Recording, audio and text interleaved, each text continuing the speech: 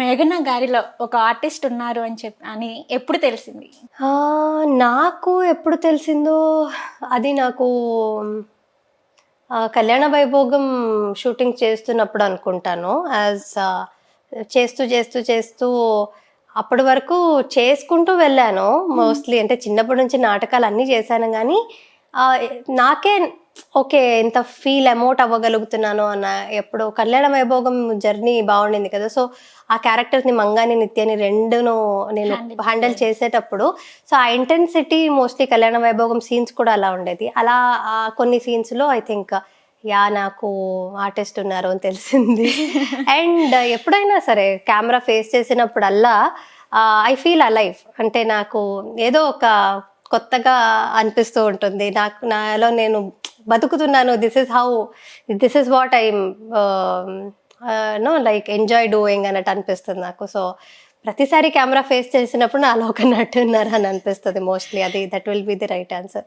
And నాకు మా గురుగారికి ఎప్పుడో నేను చిన్నప్పుడు అందరినీ ఒక అలీబాబా అండ్ 40 థీవ్స్ అనే నాటకంలో చాలా మంది ఆర్టిస్ట్ని మర్జీనా అనే క్యారెక్టర్, హీరోయిన్ క్యారెక్టర్కి ఒక లైన్ చెప్పించడానికి కోసం అంటే లైన్ చెప్పించి ఫిక్స్ చేశారనమాట. సో అందరూ వేరే వేరే క్యారెక్టర్స్ అందరినీ ఫిక్స్ చేశారు, ఆయన దగ్గర కూర్చోపెట్టుకున్నారు. చాలా మంది ఒక మోర్ దెన్ 100 పీపుల్ మెంబర్స్ ఉన్నారు దాంట్లో. So I was the last one to be called upon. నేను యాక్చువల్లీ పెద్దవాళ్ళ గ్రూప్కి వెళ్ళిపోయాను బై మిస్టేక్. నేను 8 year ఉండే అప్పుడు. నేను ఇంకా వేరే బ్యాచ్లో ఉండాల్సింది, కానీ నేను పెద్దవాళ్ళ బ్యాచ్కి వెళ్ళిపోయాను. అరౌండ్ చిన్నపిల్లలు 10 years 11 years వాళ్ళ బ్యాచ్కి వెళ్ళిపోయాను. నేను 8 yearsలో ఉండే బ్యాచ్లో ఉండకుండా బై ఛాన్స్ వెళ్ళాను. సో బై ఛాన్స్ ఆయనకు తెలిసింది కదా, చూసి ఇంకా చిన్నపిల్ల ఉంది, ఇది చేస్తుందో లేదా అనుకుని ఒకసారి ఊరికే పిలిచారు లాస్ట్లో. అంటే చేయాల్సిన అమ్మాయి కొన్ని రోజులు రాలేదు ఆ క్యారెక్టర్కి. సో తన పేరు కూడా మేఘన అనమాట. తను రాలేదు. తర్వాత ఎందుకైనా మంచిది ఇంకో మేఘన ఉంది కదా అని ఆయన పిలిచారంట. ఆయనకు అసలు నన్ను కాస్ట్ చేయాలని లేకుండే, కానీ ఆయన పిలిచి మర్జీనా క్యారెక్టర్కి ఒక లైన్ చెప్పమన్నారు. ఆ లైన్ ఏంటో ఆయన చెప్పినట్టుగా చెప్పేశాను. అదొక లైన్, ఆ లైన్. సరే ఆయన నువ్వే మర్జీనా ఇలా నాకు ఇలాగా ఇలాగే కాలిపైన ఇలా చెయ్యి పెట్టి నువ్వే మర్జీనా అన్నట్టుగా కన్ఫర్మ్ చేశారు. సో నాకు ఇంకా అది గుర్తుంది చాలా, నువ్వే మర్జీనా. అప్పుడల్లా నేను ఎప్పుడైనా గుర్తు చేసుకున్నప్పుడు మా గురుగారిని రోజు తలుచుకుంటాను నేను. సో ఆ తలుచుకున్నప్పుడల్లా నాకు ఆయన అలా చెప్పడం గుర్తొస్తుంది. ఎప్పుడైనా నేను బ్యాడ్గా ఫీల్ అయినప్పుడు, చాలా ఎగ్జాస్ట్ అయిపోయిన రోజంతా అది నేను తలుచుకొని ఓకే నన్ను ఆయన అన్నారు నేను నటించగలని, సో అది నటించాలి అని అనుకున్నా. ఆఫ్టర్ దట్ అదొక డైలాగ్ తర్వాత నాకు అసలు ఏం వచ్చేది కాదు. చాలా ట్రైన్ చేశారు ఆయన నన్ను. అదొక్క డైలాగ్ మాత్రం మంచిగా చెప్పారు, ఆయన ఫిక్స్ చేసేసారు. తర్వాత చూస్తే వేరే ఏ డైలాగ్స్ చెప్పట్లేదు నేను. మళ్ళీ వచ్చి మర్చిపోయేదాన్ని, నాకు మెమొరీ అంత మంచిగా ఉండేది కాదు. కానీ చాలా ట్రైన్ చేశారు నన్ను. ఆల్మోస్ట్ 14 years నేను థియేటర్ చేశాను. తర్వాత ఇంకా serials, Kannada serials, Telugu serials. ఇండస్ట్రీకి వచ్చి తెలుగులోకి వచ్చి 11 years అవుతుంది. మోస్ట్లీ ఇండస్ట్రీలో ఉండి 13 years అవుతుంది. అంతకుముందు 2 years కన్నడలో చేశా. ఓకే. సో తెలుగులోకి వచ్చేసి 11 years అవుతుంది అనమాట. ఓకే.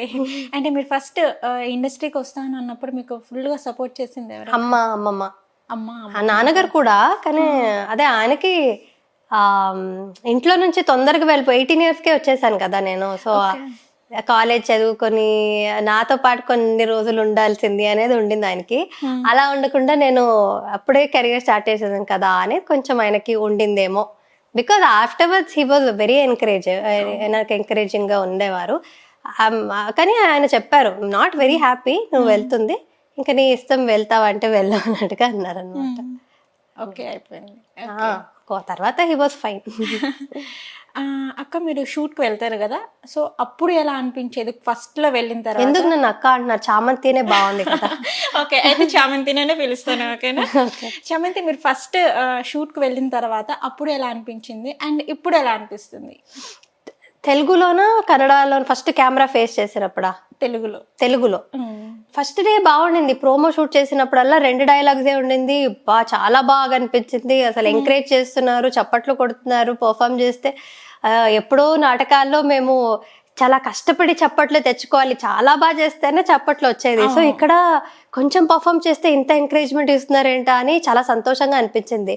కానీ తర్వాత ప్రాపర్ స్కెడ్యూల్కి వచ్చినప్పుడు తెలుగు మాట్లాడడం చాలా కష్టపడ్డాను అనమాట. అంటే నేను మైసూర్ కాబట్టి మాకు అసలు తెలుగు అలవాటే ఉండదు. బెంగళూరులో ఉన్న వాళ్ళకైనా కొంచెం తెలుగు తమిళ్ ఇదంతా కూడా వాళ్ళకి అలవాటైపోయి ఉంటుంది. అంటే ఫ్రెండ్స్ ఉంటారు మాట్లాడే వాళ్ళు, కానీ మా కన్నడ మాట్లాడే ఫ్రెండ్స్ ఏ ఉంటారో కాస్త కోస్తా ఇంగ్లీష్ నేర్చుకుంటాం తప్ప మాకు వేరే లాంగ్వేజ్ పరిచయమే ఉండదు. సో నేను అలా క్లీన్ స్లేట్ లాగా వచ్చాను ఇక్కడ కాబట్టి తెలుగు నేర్చుకోవడానికి చాలా కష్టపడ్డాను, చాలా కష్టపడ్డాను. సో సెకండ్ డేనే నాకు లాంగ్వేజ్ ప్రాబ్లం అయ్యి నేను, అంటే ఇప్పుడు సినిమాలో అయినా ముందే డైలాగ్స్ ఇస్తారు, మేము నేర్చుకోవచ్చు, టైం ఉంటుంది, 1 or 2 scenes షూట్ చేస్తారు. బట్ ఇనీషియలీ ఫస్ట్ నుంచే మాకు సీరియల్స్లో అలా ఉండదు కదా, కంటిన్యూస్గా షూట్ చేస్తుండే. నేను కన్నడ సీరియల్స్ నుంచి వచ్చాను, అక్కడ లైవ్ రికార్డింగ్ ఉండేది, ఆ పిన్ డ్రాప్ సైలెన్స్ ఉండేది. కానీ ఇక్కడ మాకు పిన్ డ్రాప్ సైలెన్స్ అనేది ఏమి ఉండదు కదా, డబ్బింగ్ అవుతున్న తర్వాత కాబట్టి ప్రాంప్టింగ్ ఇస్తూ ఉంటారు. ప్రాంప్టింగ్ అలవాటు పడాలి, అది కూడా కష్టమే. లైవ్ రికార్డింగ్ కంటే ప్రాంప్టింగ్ తీసుకోవడం యాక్చువల్లీ కష్టం. సో ప్రాంప్టింగ్ అంటే చాలా మంది ఈజీ అనుకుంటారు, దట్ ఈస్ వెరీ డిఫికల్ట్. కానీ సో అదంతా చూసి చాలా భయపడిపోయాను. సెకండ్ డే ఆఫ్ షూట్ నేను వెళ్ళిపోతాను, నా వల్ల కాదు సార్ అని చెప్పాను. యాక్చువల్గా నేను వెళ్ళిపోతాను, పంపించండి, వేరే ఎవరైనా తీసుకోండి, మీకు ప్రాబ్లం అవుతుంది, నేను చాలా టైం తీసేసుకుంటున్నాను, మీకు ఇలాగా టైం తీసుకుంటే లాస్ అవుతుంది, ప్లీజ్ సార్ నన్ను పంపించండి, నాకు ఇబ్బంది పడ్డం ఇష్టం లేదని ఏడ్చేశాను. కానీ వాళ్ళు లేదు చేయగలుగుతావు చెయ్యి అని చాలా సపోర్ట్ ఇచ్చారు. అక్కడ నిహారిక అని తలుచుకోవాలి నేను, తను నాకు చాలా తెలుగు నేర్పించడంలో తన్ని నేను లైఫ్ లాంగ్ తలుచుకుంటాను. బికాజ్ నేను తెలుగు మాట్లాడగలుగుతున్నానంటే అది because of Niharika. She thought me a lot. And నేను ఎప్పుడు తప్పు మాట్లాడినప్పుడల్లా నన్ను కరెక్ట్ చేసింది. కరెక్ట్ చేసి తనకి కన్నడ కూడా వచ్చేది. సో నాకు కన్నడ ట్రాన్స్లేషన్ కూడా తను నాకు ఆ ఎమోషన్స్ కానీ ఏదైనా ఇలా చెప్తున్నారు అనేదంతా నాకు చెప్పేది తను, ట్రాన్స్లేట్ చేసి విత్ వర్డ్స్ అండ్ మీనింగ్స్.